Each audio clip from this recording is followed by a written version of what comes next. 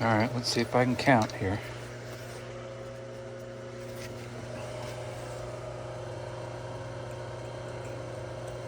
Oh, probably another 10. We'll go another 10 for good luck.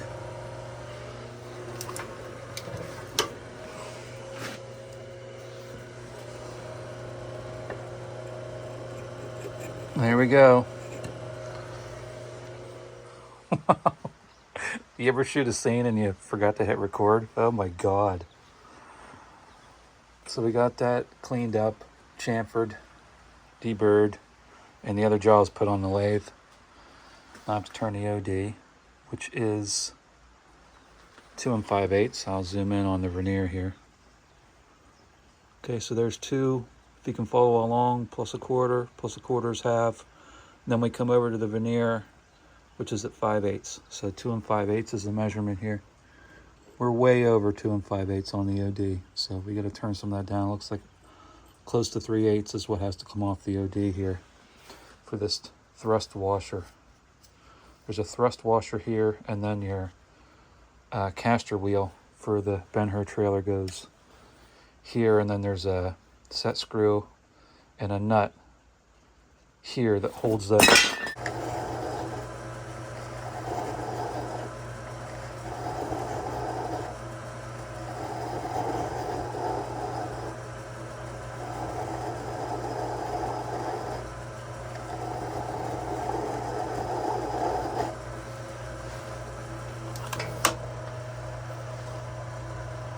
I think I might be able to get my die started. Let me see if that's going to work.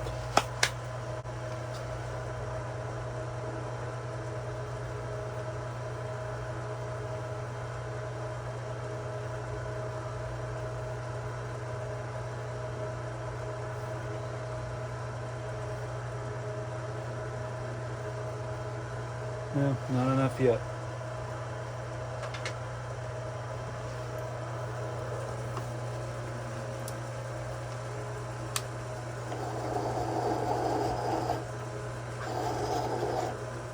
All right, guys, so we're making some headway on this trailer hitch. So here's what was left of the plunger that was in this hitch for this G518. A little bit of the shaft. The actual plunger I had to drill out and knock out. You can see how much I dented it trying to knock it out of there. I even kissed it with a torch. And then there's what was left of the spring. I made a plunger because you can't buy them anymore. It's a hunk of 5/8 on a 3/8 rod with a spring. I set it with a 1/4 28 bolt and lock washer because this was threaded 1/4 28, which the Willys hitches from the parts manual weren't tapped 1/4 28 for that locking screw. So what I think is, I'll have to check this casting number, but I don't think that's the original hitch. I think maybe someone put this on here and took a good one off. Anyways, we got this all loosened up. This bolt has been restored. It was pretty difficult to thread. That must be a pretty hard bolt. But yeah, making a lot of progress. Here's the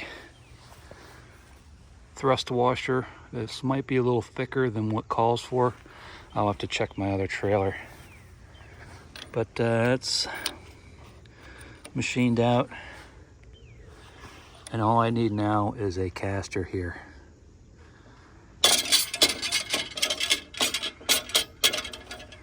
Which I think I'm going to cast this out of aluminum. So there's some news for you. This was already tapped 1/4 28. Some people say this is not supposed to have a grease fitting in it. Geez Louise, how long is this bolt here? But it was already threaded 1/4 28. So I'm just gonna put a bolt in here.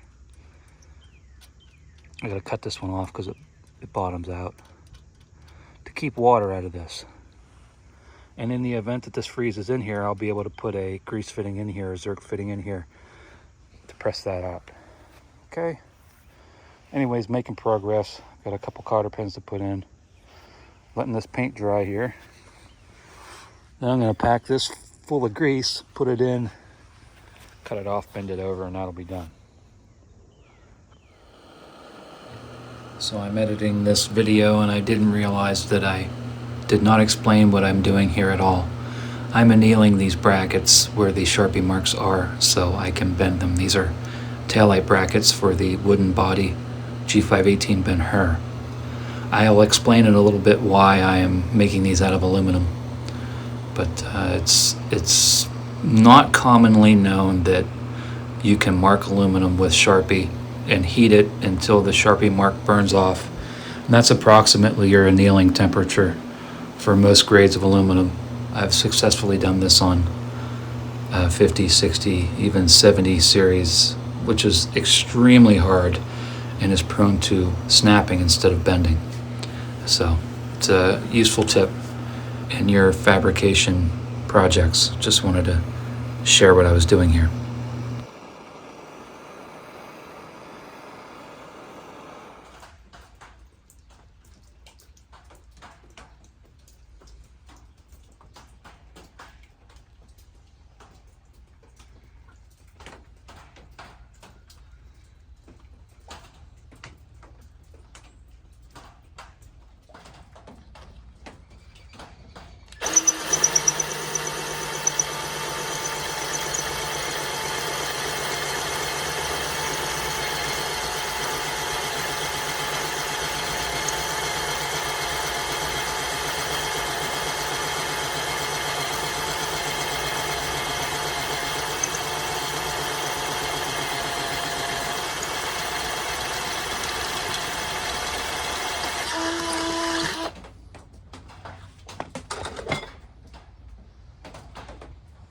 Robin just flew in here.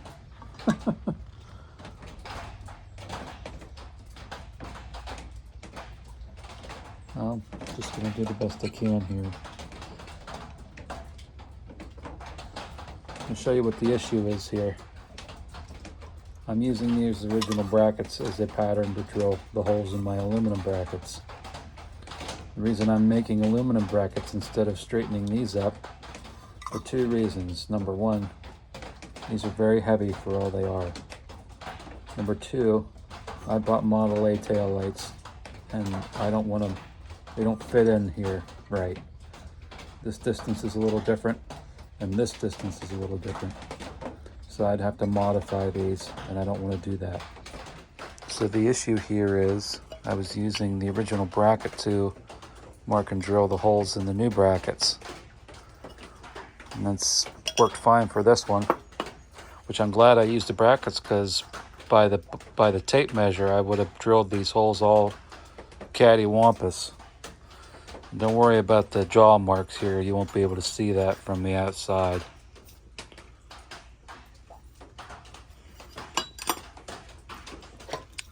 This one is the one I would have to use to mark this one. But as you can see, I'm not going to be able to get the drill down through that hole without straightening this. So the next best thing is to just line this other one up the best I can. If you look down there, you'll see that's a pretty symmetrical polygon. You have your M-shaped here with the tit sticking out the side. That's pretty symmetrical. That's what we're looking for here. And the truth line, the witness line here is about the same spot on both poles. So when I drill this hole, well, the spacing's obviously going to be right because this is the bracket that was on it, on the trailer, but the angle is going to be close enough for me. I don't know why I'm telling you all this. It's just some free knowledge, some things that I've picked up in my many years of fabrication now. Okay, here we go. You can tell when you're about to go through, the pitch changes and the feel of the drill changes.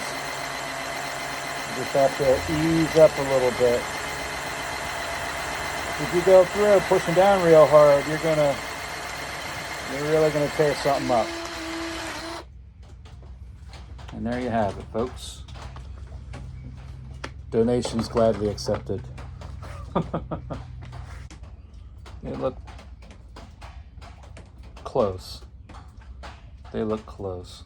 These holes should be exactly parallel to each other, but good enough for me. These are bent at a 55-degree angle. And so you take, what's the 55 to 90 is 35. So you take, then you scribe a 35-degree angle from this here to get you back straight again. And that's the line on which I'll drill the 2 holes for the brake lights. Then I'll go 90 off of that and drill the 2 for the wiring to go through. Your friggin' taillight brackets everywhere.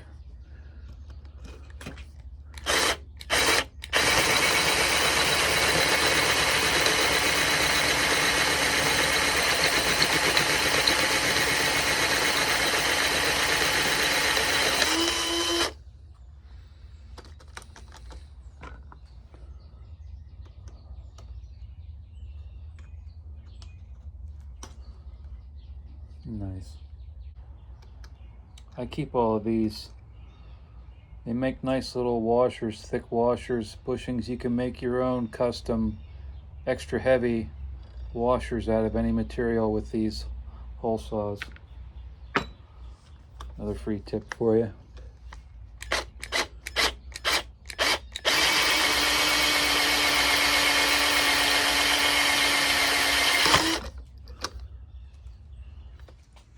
So I'll take my hacksaw in here, and here, and here, and probably file that. Then it'll be in the, turn this over here, it'll be in the, no, turn this over here like this.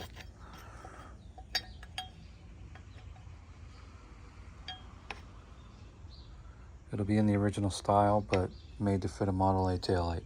All right, cool beans. Well, these brackets turned out pretty nice. Pretty happy with these.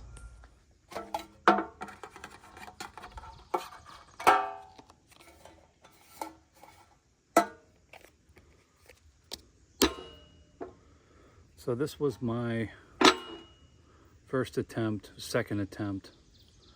Yeah, you don't want to see the first attempt. This was my second attempt at casting one of these G518, wooden G518 tailgate hinges.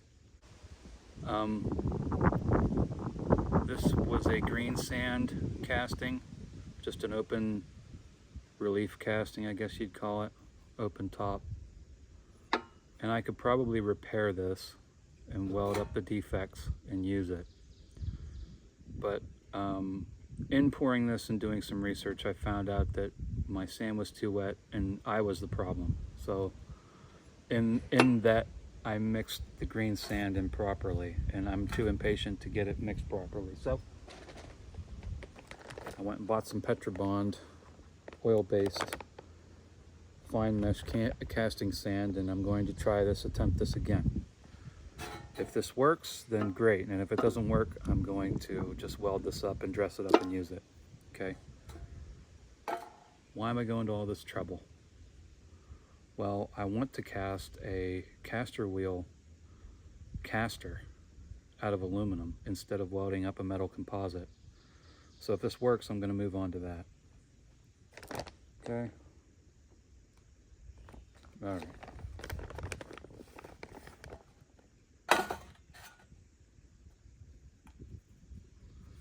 I want to lose as little as possible because this stuff's $4 a pound. Castor oil, that's what it smells like, castor oil. Let's just see if this is going to make a half-decent impression before I continue.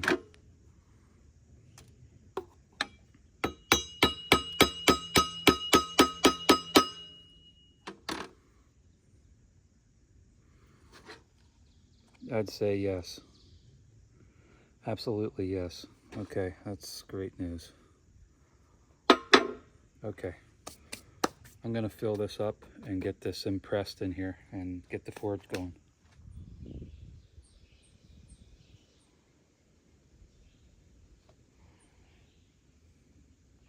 Not too bad. Not too bad. I have a little underfill here in the center. So I'm just gonna put a little bit in there and hammer it back in there and pull it back out again. See if I can get you close enough so you can see what I'm doing here. This is the hardest part of the whole process. This style, I don't know if I'm even doing this right. I don't want to build a cope and a drag and do a 2-part mold pour. I just don't want to do it.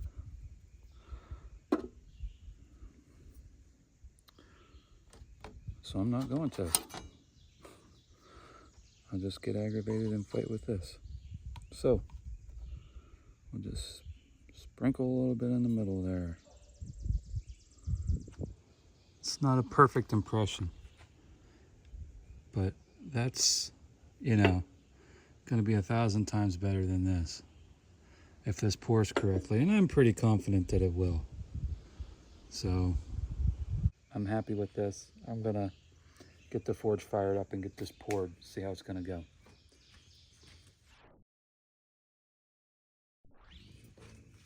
Ooh, that was a dragonfly. Or was that a hummingbird? I'll have to roll back the footage. I think it flew right in front of the camera.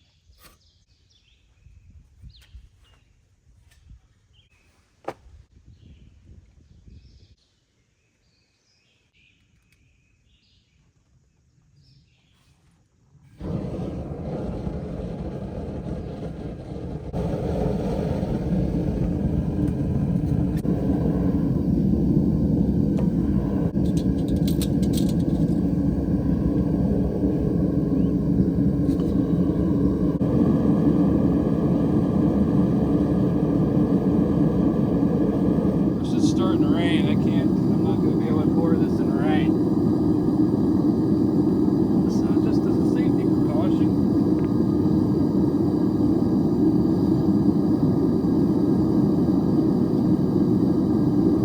Right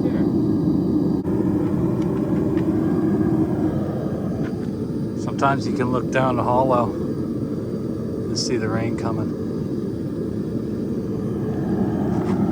I should have looked at the weather before I got set up today. I was in such a hurry. Yeah, so excited to pour this. Oops. Maybe I'll get you over here.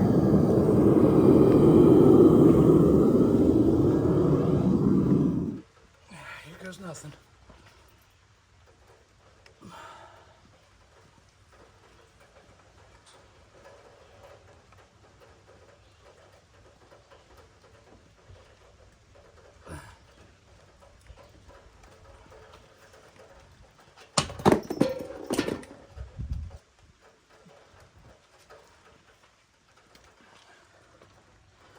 Looks great to me.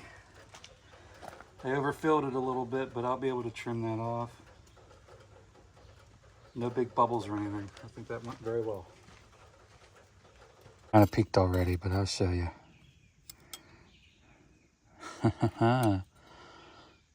Look at that. Let's get this sand off here. This casting came out perfectly.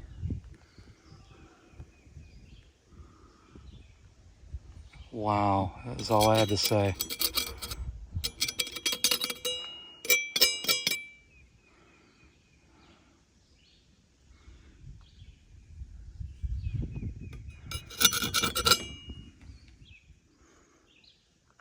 What do you think, guys? I'm happy as a clam with that.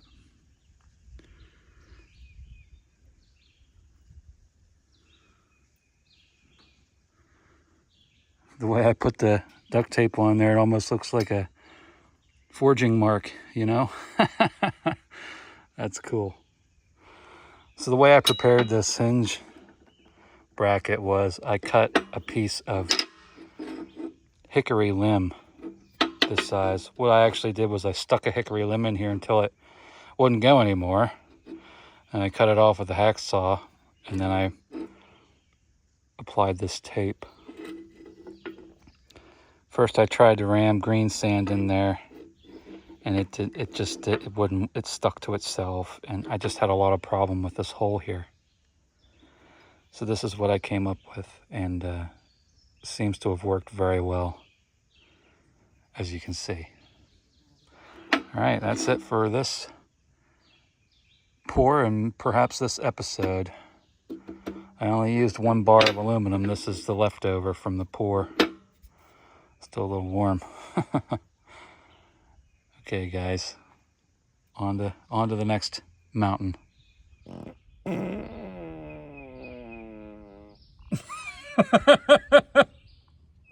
Production value. So that went pretty well. Now, you guys that are following along know that my other trailer has this quadrant,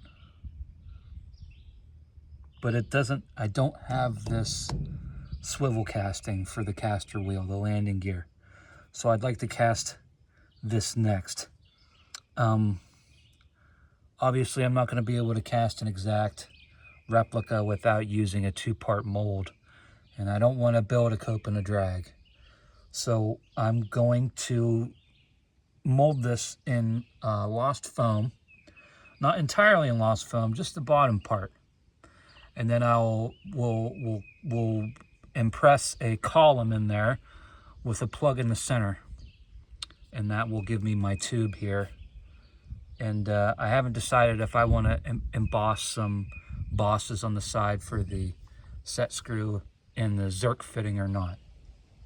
I may just keep it simple, but this is cast all the way through. Okay, so this shouldn't be too hard to duplicate. The only thing I don't know how I'm going to do yet is make these. I don't want to buy 3/8 aluminum plate. This is 5/16. I think I'm going to make mine out of 3/8 aluminum.